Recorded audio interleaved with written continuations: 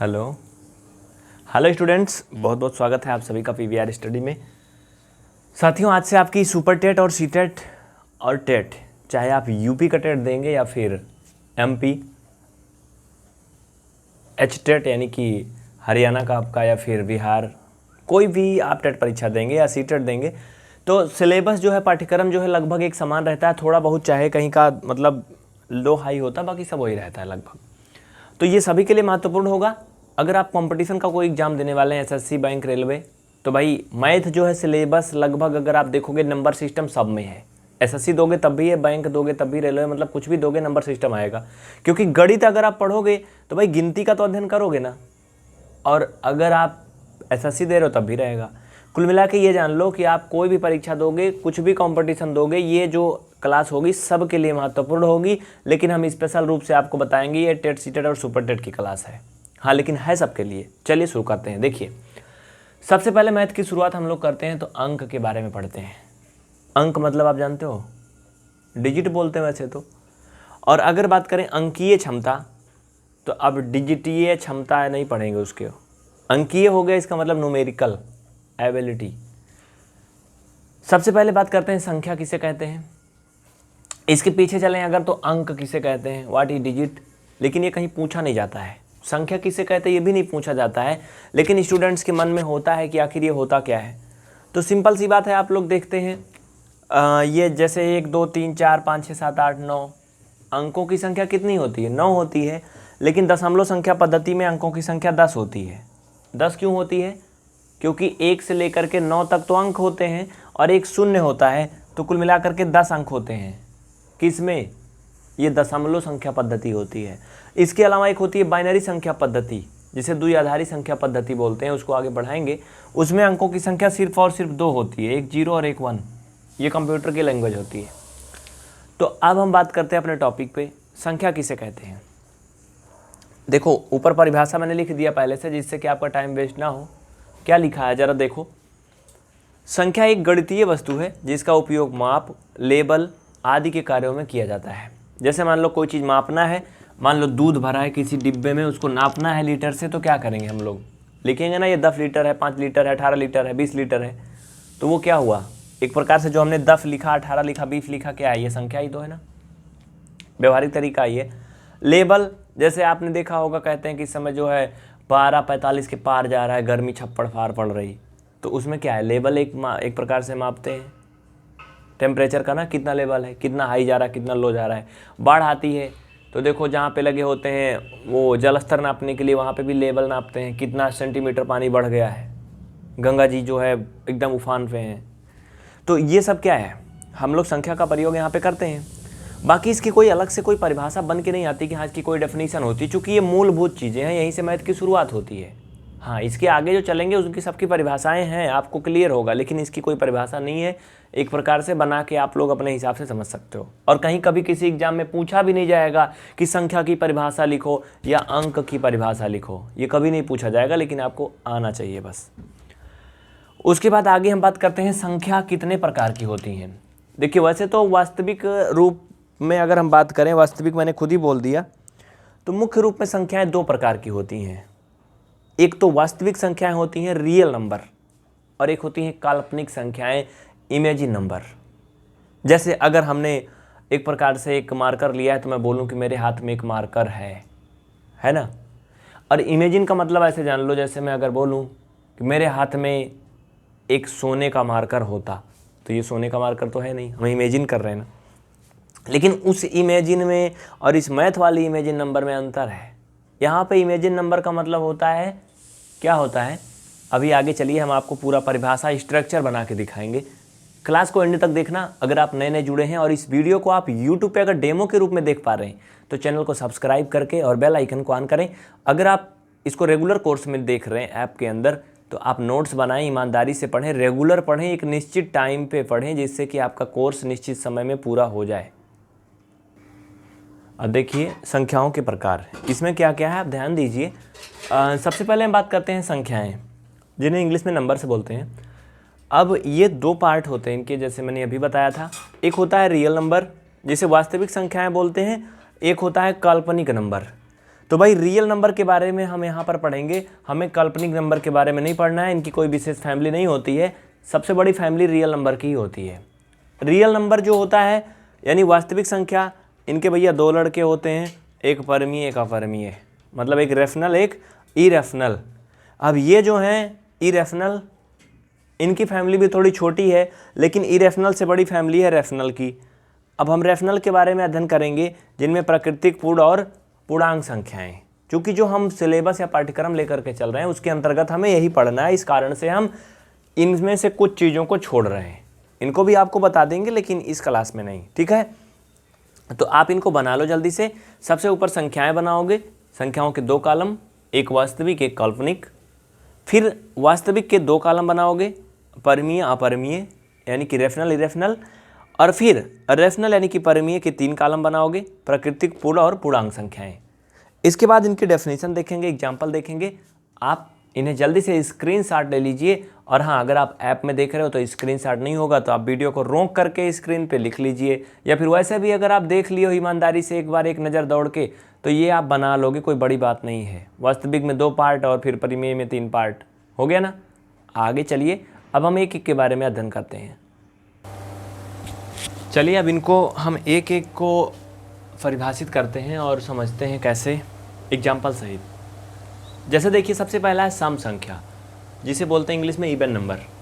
ये बहुत ही एक सार्वजनिक नंबर है, इसको आप बहुत बार पढ़े होंगे, कई बार आपको मिला होगा, और बहुत सारी परिभाषाएं हैं, कुछ किताबों में हैं, कुछ लोग खुद आपको बताते हैं कि जो संख्याएं 2 से विभाजित हो जाती हैं वो सम संख्याएं कहलाती हैं। ये सही भी है, लेकिन ये बदलते ज़माने के हिसाब से ठीक नहीं है, क्योंकि इसमें टाइम ज़्यादा लगता है। जैसे अगर कहा जाए कि सम संख्या 2 से विभाजित हो जाए तो सम संख्या है।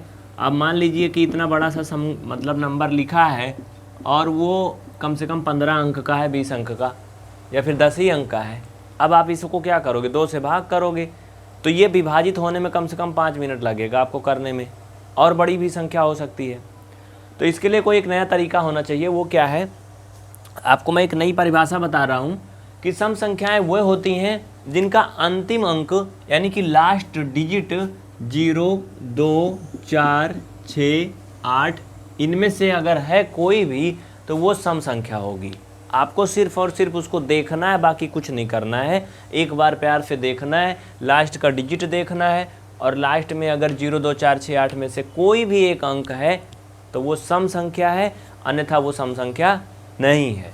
इससे क्या होगा, आपको देखने में सिर्फ 2 सेकंड लगेगा, 1 सेकंड, और आप उत्तर लिख देंगे। 3-4 सेकंड के अंदर आप जान जाएंगे कि सम है कि विषम है। लेकिन अगर भाग देंगे तो 3-4 सेकंड के बदले 3-4 मिनट लग जाएगा, है ना।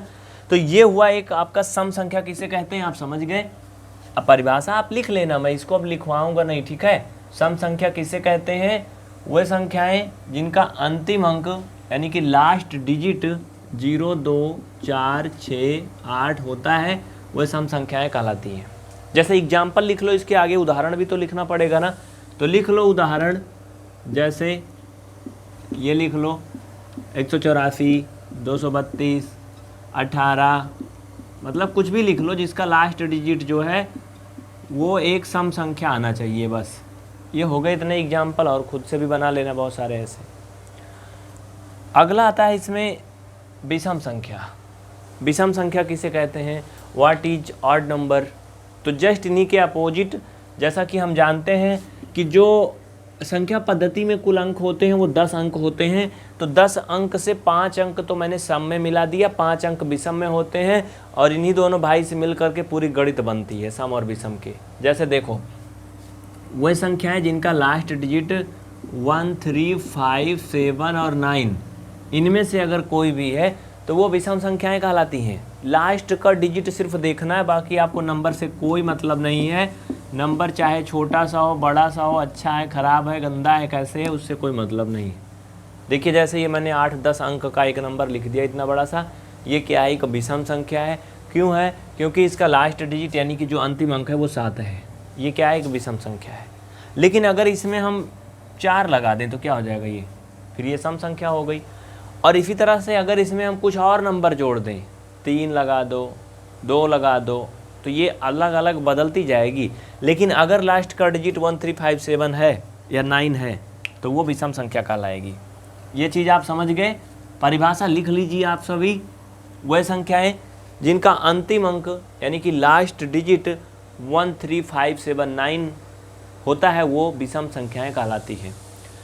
इसके बाद आगे बात करते हैं तो नेचुरल नंबर यानी कि प्राकृतिक संख्या। इसका नाम लेते ही आपके मन में बहुत सारी चीज़ें आ गई होंगी। नेचुरल का मतलब जैसे कोई ना बनाया हो। जैसे अगर मैं आपको दिखाऊं, उस दिन मैंने दिखाया था ये बॉटल पानी मान लो, तो ये क्या है, एक प्रकार से ये नेचुरल है। आपने नहीं सुना होगा कि पानी को टाटा ने बनाया, फिर अंबानी ने बनाया है, किस कंपनी ने बनाया है, नहीं ना। हाँ, बाकी लोग बेचते हैं पैकिंग करके, वो अलग बात है, लेकिन कोई इसका मतलब उत्पादन नहीं करता, कि बनाता नहीं है, नेचुरली है। आपने देखा होगा कोई पेड़ कोई बनाया हो, कोई नया पेड़ बना दिया हो जो धरती पे पहले से न रहा हो, ऐसा नहीं होता है। लेकिन हाँ, क्या करते हैं वैज्ञानिक लोग, 2-3 पेड़ों को मिला करके संकरण करा करके उसमें क्या करते हैं, एक नई प्रकार की प्रजाति बनाते हैं, लेकिन कोई एक नया चीज़ नहीं बनाते वो। जैसे आपने देखा होगा सूर्य, चंद्रमा और भी बहुत सी चीज़ें हैं, ये तो अद्वितीय हैं फिलहाल, अलग मान लो। पहाड़, पर्वत, हवा तो नहीं बनती ना। हवा जो लोग ऑक्सीजन किसी माध्यम से करते हैं, एक प्रकार से वो क्या है, वो आर्टिफिशियल होती है, लेकिन जो नेचुरल होती है वो क्या होती है, अलग होती है। लेकिन यहाँ पर हमें क्या करना है, नंबर के बारे में पढ़ना है। तो नंबर, वो नंबर जिनको किसी ने नहीं बनाया है, किसी ने नहीं खोजा, वो नेचुरल नंबर होती है। जैसे 1 2 3 4 5 6 7 8 9 10 ऐसे अनंत तक। लेकिन उसमें शून्य नहीं है, क्योंकि शून्य क्या है, एक प्रकार से आर्टिफिशियल है। ये जीरो जो है वो नेचुरल नंबर नहीं है। इसकी खोज आर्यभट्ट ने किया था, आपको पता है ना, जीरो की खोज। तो शून्य प्राकृतिक संख्या नहीं है, इस कारण से शून्य को नेचुरल नंबर में नहीं गिना जाता है। ये तो हो गई एक परिभाषा जिसे आपको समझना थोड़ा मुश्किल होगा। एक आसान तरीका से आप ये जान लो कि वह संख्याएं जिनसे हम गणना कर सकते हैं, किसी चीज़ की गिनती कर सकते हैं, वह नेचुरल नंबर कहलाती हैं, या वह प्राकृतिक संख्याएं कहलाती हैं। या फिर ऐसे कह सकते हो, वह संख्याएं जिनको हम भौतिक रूप से महसूस कर सकते हैं, वो प्राकृतिक संख्याएं कहलाती हैं। अब महसूस करने का मतलब ये है कि जैसे मैं बोलूँ हमारे पास एक मार्कर है, तो आप महसूस कर सकते हो, फील कर सकते हो, आपके मन में इमेजिन आएगी, एक पिक्चर आएगी कि एक का मतलब एक होगा, अकेला होगा, सिंगल होगा। एक प्रकार से इमेजिन मतलब होता, चित्र आता है ना। जैसे अगर कहा जाए हमारे घर में 5 लोग रहते हैं, तो आप सोच लोगे, समझ जाओगे अपने मन में अंदर में कि हाँ 5 लोग होंगे तो कैसे होंगे भाई, 5 बेड की ज़रूरत पड़ेगी, 5 खुराक खाने की ज़रूरत पड़ेगी, ये सब चीज़ें आपके दिमाग में आ जाएंगी। लेकिन अगर कहा जाए शून्य, हमारे घर में शून्य लोग हैं, तो शून्य का मतलब आपके दिमाग में फिर शून्य हो जाएगा, कोई चीज़ इमेजिन नहीं आएगी, कोई कल्पना नहीं कर पाएंगे आप। तो ये क्या हो गया, प्राकृतिक संख्या। इसके बाद अगला है पूर्ण संख्याएं। पूर्ण संख्याएं भाई, ये प्राकृतिक संख्याएं अधूरी सी हैं, ये पूरी नहीं हैं। प्राकृतिक संख्याएं मिलकर के गणित का निर्माण नहीं कर सकती हैं। क्यों? क्योंकि ये गिनती की जब इनकी शुरू होगी 1 2 3 4 5 6 7 8 9 के आगे जाके ब्रेकर लग जाएगा, वहीं पे टूट जाएंगे, ये अधूरे हैं। क्योंकि वहाँ पे क्या है, एक प्रकार से मान लो कि पुल का निर्माण करना है भाई 11 तक जाने के लिए, क्योंकि 10 में क्या होगा, 0 की ज़रूरत पड़ेगी। फिर 11 पहुँच भी गए तो 12 13 14 15 गिनोगे, 19 के बाद फिर 20 आएगा, और 20 में फिर से क्या होगा, शून्य की ज़रूरत पड़ेगी। तो इस तरह से मैथ जो है वो पूरी नहीं थी। तो जब आर्यभट्ट जी ने शून्य की खोज किया तो मैथ एक प्रकार से कंप्लीट हो गई, और पूर्ण संख्याएं तभी से कही जाने लगी। मतलब ऐसे समझ लो कि प्राकृतिक संख्याओं के परिवार में शून्य को भी शामिल कर देने पर बनी संख्याएं जो हैं वो पूर्ण संख्याएं कहलाती हैं। नेचुरल नंबर की फैमिली जो है उसमें शून्य को भी दाखिल कर दिया जाता है, प्रवेश दे दिया जाता है। मतलब आप नेचुरल नंबर अगर बताओगे तो 1 से लेके अनंत तक बताओगे। अगर आप पूर्ण संख्या बताओगे यानी होल नंबर, तो होल नंबर की शुरुआत 0 से होती है। ये बात आप लोग याद रखना, ठीक है। इसके आगे अभी हम सवाल करवाएंगे, तब इसमें इनसे संबंधित बहुत सारे फैक्ट भी बताएंगे, इसलिए आप क्लास को एंड तक देखना और अच्छे से देखना, ईमानदारी से। और एक बात आपको बता दें, हो सकता है कुछ क्लास शुरुआत की आप यूट्यूब पे डेमो के रूप में देख रहे हैं, तो आप चैनल को सब्सक्राइब करके बेल आइकन ऑन करें, ज़्यादा से ज़्यादा साथियों को जोड़ें, जिससे कि आपको यूट्यूब पे पूरा क्लास अच्छे से मिल सके, जल्दी से जल्दी मिल सके। नहीं तो अगर ज़्यादा बच्चे नहीं जुड़ेंगे तो क्लास हो सकता है आपको कुछ लेट लपेट मिले, या फिर कोई समस्या हो सकती है आपके लिए। अगर आप ऐप में देख रहे हैं तो आप ईमानदारी से पढ़ें रेगुलर, आपको तो पूरा मिलेगा, सब मिलेगा, अच्छे से मिलेगा, आपको सिर्फ पढ़ना है। अगला है पूर्णांक संख्याएँ। पूर्णांक संख्याओं को इंग्लिश में बोलते हैं इंटीजर नंबर। इंटीजर नंबर जैसे आपने देखा होगा, जब हम सभी संख्याएं गिनते हैं तो कुछ माइनस होती है, कुछ प्लस होती हैं, 2 तरह की संख्याएं होती हैं ना। तो इसकी परिभाषा के लिए अगर हम बात करें, जैसे मान लो ये मैंने 5 लिख दिया, ये भी क्या है, एक पूर्णांक है। मैंने 4 लिख दिया, ये भी पूर्णांक है। मैंने 0 लिखा, 1 लिखा, 2 लिखा, 3 लिखा, ये सभी क्या है, पूर्णांक है। जिसमें माइनस लगा है वो ऋणात्मक पूर्णांक है, जिसमें प्लस लगा है वो क्या है, धनात्मक पूर्णांक है। देखिए आपके बुक में कुछ परिभाषाएं दी गई है, वो मैं आपको बताऊंगा। इसमें कह रहा कि पूर्णांक संख्याओं में शून्य के साथ साथ धनात्मक और ऋणात्मक दोनों तरह की संख्याएं शामिल होती हैं। ये किताब में परिभाषा लिखी गई है कि पूर्णांक संख्याओं में शून्य के साथ साथ धनात्मक और ऋणात्मक दोनों संख्याएं शामिल होती हैं। लेकिन ये 5 मैंने लिखा तो क्या 5 से ही थोड़ी शुरू होती हैं। ये -6, -8, -1000, -लाख, एक प्रकार से की परिभाषा हमारे अकॉर्डिंग आप ये लिख सकते हो कि माइनस अनंत से लेकर के प्लस अनंत तक की संख्याएं पूर्णांक संख्याएं कहलाती हैं। माइनस अनंत, भाई जहाँ तक आप प्लस में जाओगे, आगे जाओगे, वहीं तक पीछे भी तो जाओगे ना। तो आगे तो कोई लिमिट है नहीं, आगे तो पता नहीं कहाँ तक जाएगी, 1000, लाख, 10 लाख, 20 लाख आप गिनते जाओगे। तो इसमें माइनस को भी शामिल करना है तो पीछे भी तो उतना जा सकते हो ना आप।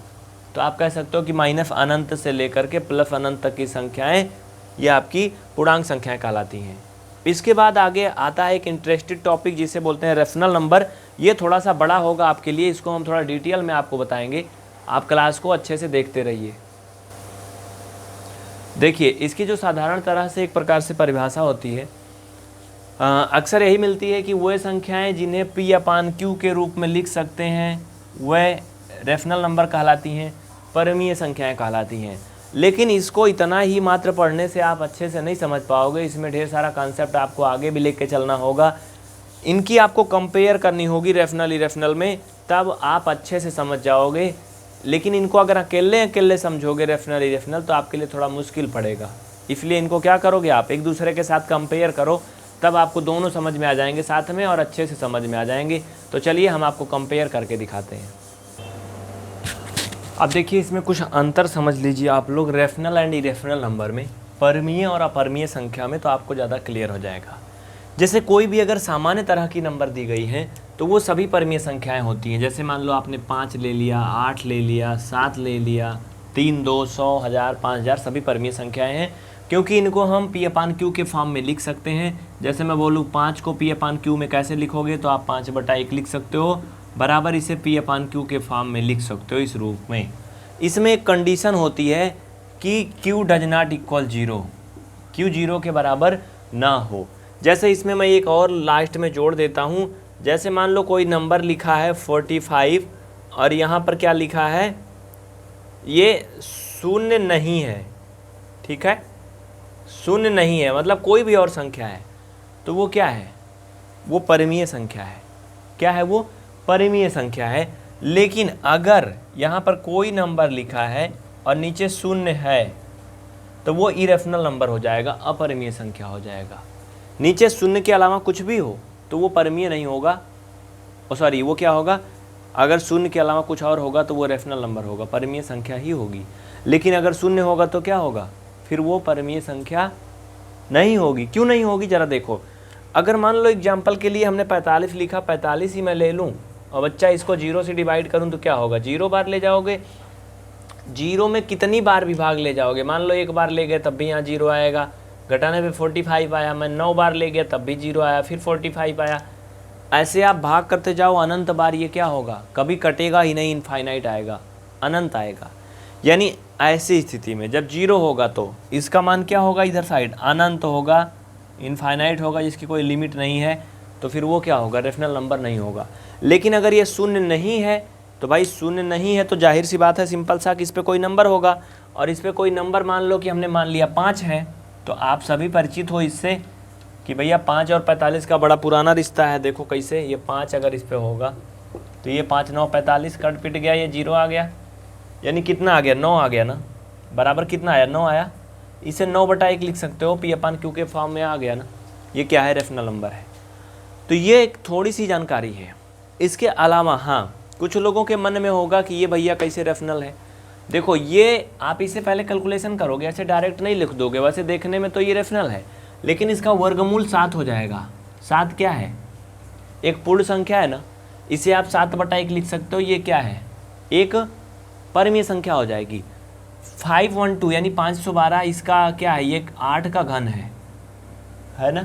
इसका घनमूल करोगे तो 8 आएगा बच्चा, 8/1 लिख सकते हो। ये भी क्या है, परिमेय संख्या है। लेकिन कुछ लोगों के मन में चल रहा होगा कि जब इसको ऐसे कर सकते हो तो इसको काहे नहीं कर सकते हो। तो भैया देखो ये जो 47 है ना यार, ये एक पूर्ण वर्ग संख्या नहीं है, पूर्ण वर्ग संख्या नहीं है, ये परफेक्ट रूट नंबर नहीं है। इसको आप इस तरह से नहीं कर सकते हो जैसे उसको कर सकते हो। कहने का ये मतलब है, सीधी सी बात है, इसका वर्गमूल आएगा, ऐसी बात नहीं कि नहीं आएगा। लेकिन देखो 6 का होता है 36, 7 का होता है 49 ना, इसका वर्गमूल 6 और 7 के बीच में आएगा। जैसे 6.2, 6.1, 6.5 ऐसे आएगा। तो ये एक पूर्ण संख्या नहीं होगी, एक अपूर्ण संख्या होगी इस तरह की। तो जो अपूर्ण संख्याएं होती हैं वो अपरिमेय संख्याएं होती हैं। इसी तरह से अगर हम 341 की बात करें तो हमें पता है कि 7 7 49 7 343 होता है। तो भैया 7 का 343 होता है, ये 41 है, यानी इसका भी क्या आएगा, घन जो है 6 और 7 के बीच में आएगा। क्योंकि 6 का जो घन होता है, 6 6 36 छक्का कितना होता है, 6 6 36 6 3 18 मतलब 216 होता है ना। 216 और 343 के बीच में है ना 341, यानी 6 और 7 के घन के बीच में आएगा। मतलब एक क्लियर नंबर नहीं आएगा, एक पूर्ण संख्या नहीं आएगी। तो ऐसी स्थिति में ये क्या होगा, अपरिमेय संख्याएं कहलाएंगी। इतना बात आपको क्लियर हुई। यहाँ पे बहुत ज़्यादा टाइम नहीं कि हम आपको बहुत विस्तृत अध्ययन करवाएं, लेकिन हाँ जो भी आपके पाठ्यक्रम में है जितना लेवल तक उतना करवा देंगे। बाकी इसको अध्ययन करो ना तो परिमेय अपरिमेय का बहुत बड़ा कहानी है। देखो आगे क्या है, उससे टेंशन मत लेना, आपके एग्जाम में आपके काम का बस इतना जितना मैं बता रहा हूँ। पाई अक्सर आपसे पूछा जाता है, परीक्षाओं में आ जाता है, पाई है परिमेय अपरिमेय, बहुत सारे ऑप्शन आ जाएंगे। तो क्या करोगे आप, सम विषम की बात आती है तो ये पाई कुछ भी नहीं है, उसमें आप जाओगे ही नहीं। लेकिन परिमेय अपरिमेय की बात आती है तो क्या है, एक अपरिमेय संख्या है, इरेशनल नंबर है। लेकिन अगर कहीं पाई का मान 22/7 दिया है तो ये परिमेय संख्या है। 22/7 जो मान दिया वो परिमेय संख्या है। और 22/7 से अगर आप दशमलव में इसको कन्वर्ट करोगे तो जो आएगा वो भी परिमेय संख्या ही होगा।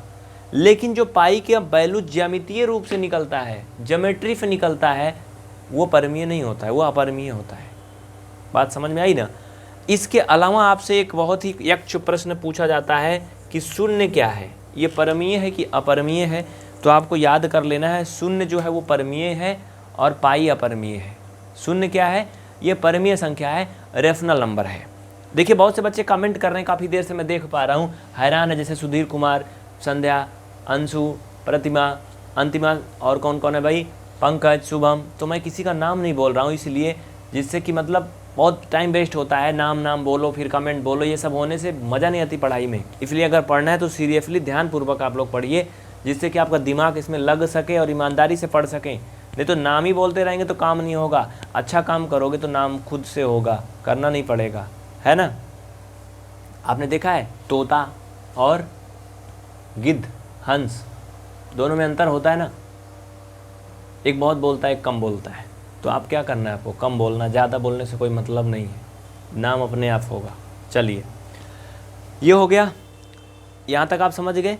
तो ये आपकी मूलभूत परिभाषाएं थी, कुछ इसमें बेसिक इंट्रोडक्शन था एक प्रकार से, आपका ये ख़त्म हो जाता है। इसके बाद हम परिमेय संख्याओं के बारे में तो पढ़ ही लिए हैं।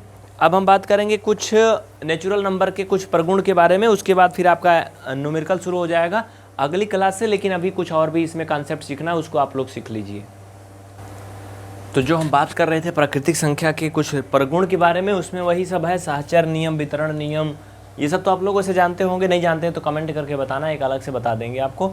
उसमें कुछ नहीं, बस वही है, जैसे आप जानते हो ना कि कुत्ते से कुत्ते पैदा होते हैं, बिल्ली से बिल्ली होते हैं, इंसान से इंसान होते हैं, बस वैसे उसमें है, बाकी और कुछ नहीं है।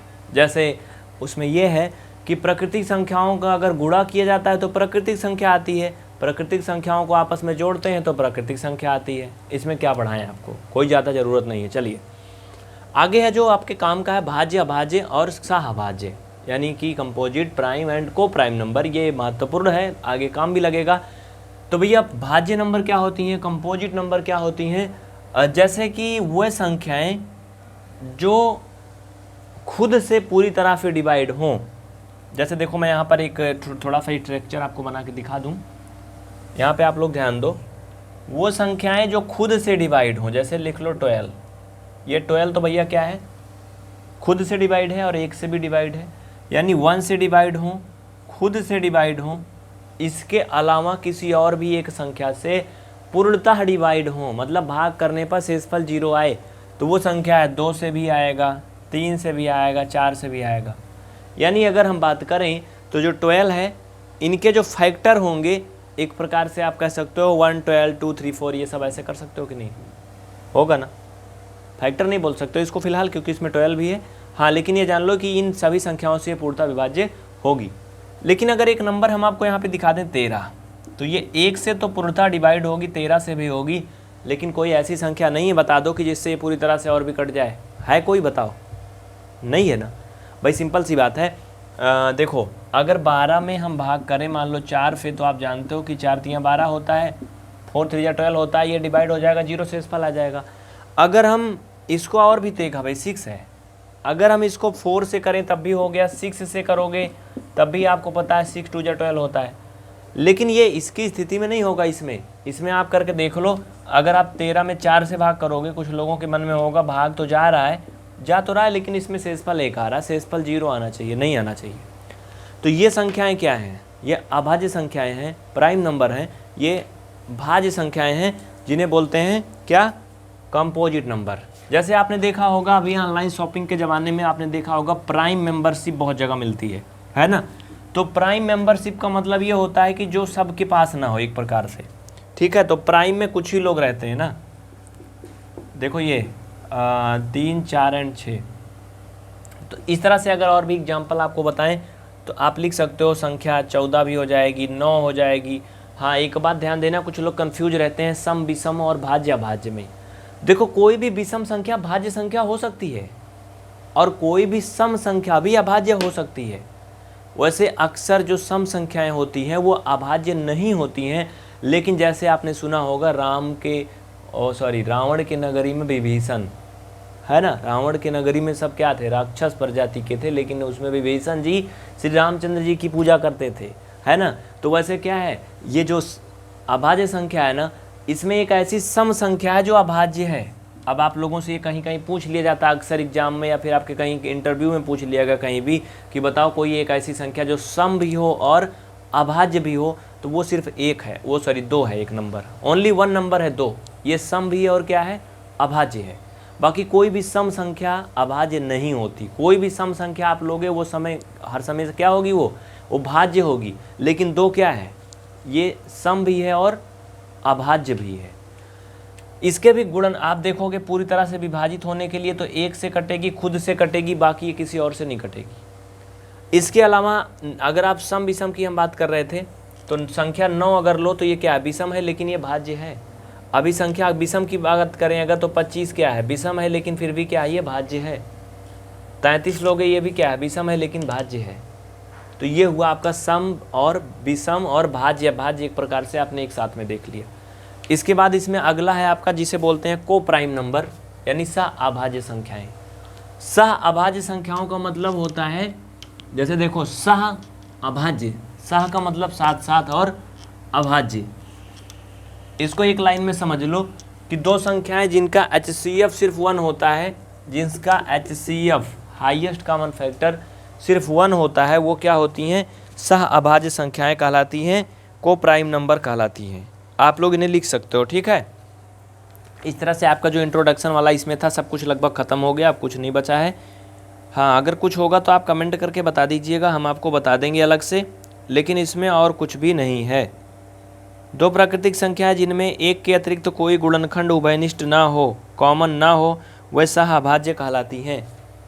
जैसे मान लो सह अभाज्य में अगर हम ले लें 14 और 15, तो भैया दोनों के गुणनखंड कर लो यार। 14 के हो जाएगा 1 2 7, और तो कुछ नहीं होगा ना। हाँ होगा, 14 भी होगा। मतलब समझ लो कि ये इतने संख्याओं से कट सकता है। 15 का अगर ले लो तो 1 3 5 15। अगर इसमें आप कॉमन लोगे तो बताओ कोई एक के सिवा कोई संख्या है जो कॉमन है दोनों में? कोई है जो दोनों में कॉमन है? देखो कोई भी नहीं है शायद ना भाई। 2 तो है नहीं, 3 उसमें नहीं है, 5 इसमें है तो उसमें नहीं है, 7 है तो इसमें नहीं है, 15 14 नहीं है ना। तो आप कह सकते हो ये 14 15 भी क्या है? को प्राइम नंबर है, सहअभाज्य संख्या है। अगर हम ले लें 9 और 16 तो ये भी क्या है, सभाज्य संख्या है।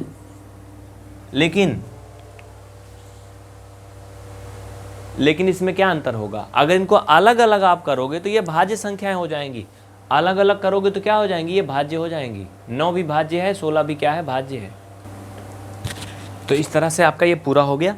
इसके बाद फिर हम आगे देखेंगे। हाँ, एक बात आपको बता दें, अगर आप इस क्लास को यूट्यूब पे डेमो के रूप में देख रहे हैं तो आप PVR स्टडी का चैनल नंबर 2 देखें, क्योंकि वहाँ पे आपको ढेर सारी फ्री की क्लास भी यूट्यूब वाली मिलेंगी। लगभग सारा कोर्स आपको मिलेगा, बस थोड़ा सा अंतर होगा इस कोर्स और उस कोर्स में बस, ठीक है। तो आप लोग क्या करेंगे, अगर आप इसे PVR स्टडी इलाहाबाद चैनल पर देख रहे हैं तो आप सभी इसको PVR स्टडी 2.0 चैनल पे देखिए।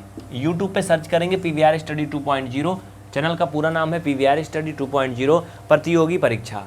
तो ये स्पेशल कंपटीशन वाले स्टूडेंट के लिए, आप सभी इसे आज ही सब्सक्राइब करें। देखिए डिस्क्रिप्शन में इसकी लिंक भी दी गई होगी इस चैनल की, और इसके बारे में आपको और भी जानकारी दी गई होंगी, आप डिस्क्रिप्शन जरूर देखिए। ऊपर नंबर दिया गया, कोई प्रकार की हेल्प चाहिए तो आप संपर्क कर सकते हैं। हम आपसे प्रॉमिस करते हैं कि अगर आप इस वीडियोज के जो व्यूज हैं 24 घंटे में अगर आप 1000-2000 ले आओगे, 1000 से 2000 के बीच में ले आओगे, सिर्फ 1000-2000 बस सब्सक्राइबर, तो भैया PVR स्टडी में 2 लाख हैं, तो हम आपको पूरा कंप्लीट कोर्स यूट्यूब पे देंगे, अच्छे से देंगे, सिस्टम से देंगे। लेकिन उसके लिए आपको क्या करना है, क्लास को ज़्यादा से ज़्यादा शेयर करना है और अपने सभी साथियों को बताना है। और स्टार्टिंग से अभी मैंने शुरू किया, आपको पूरा टेट, सीटेट, सुपर टेट वालों के लिए स्पेशल रूप से पूरा कोर्स मिलेगा। और इस कोर्स को अच्छे ढंग से और कंप्लीट कोर्स जल्दी से जल्दी पाने के लिए आप PVR स्टडी ऐप डाउनलोड करिए। PVR स्टडी ऐप में जाकर के आप कोर्स परचेज कर सकते हैं। इसमें आपको कुछ अलग और कुछ बेहतरीन सुविधाओं के साथ पूरा कोर्स मिलेगा, तो आज ही ज्वाइन करें। बहुत बहुत थैंक यू, जय हिंद।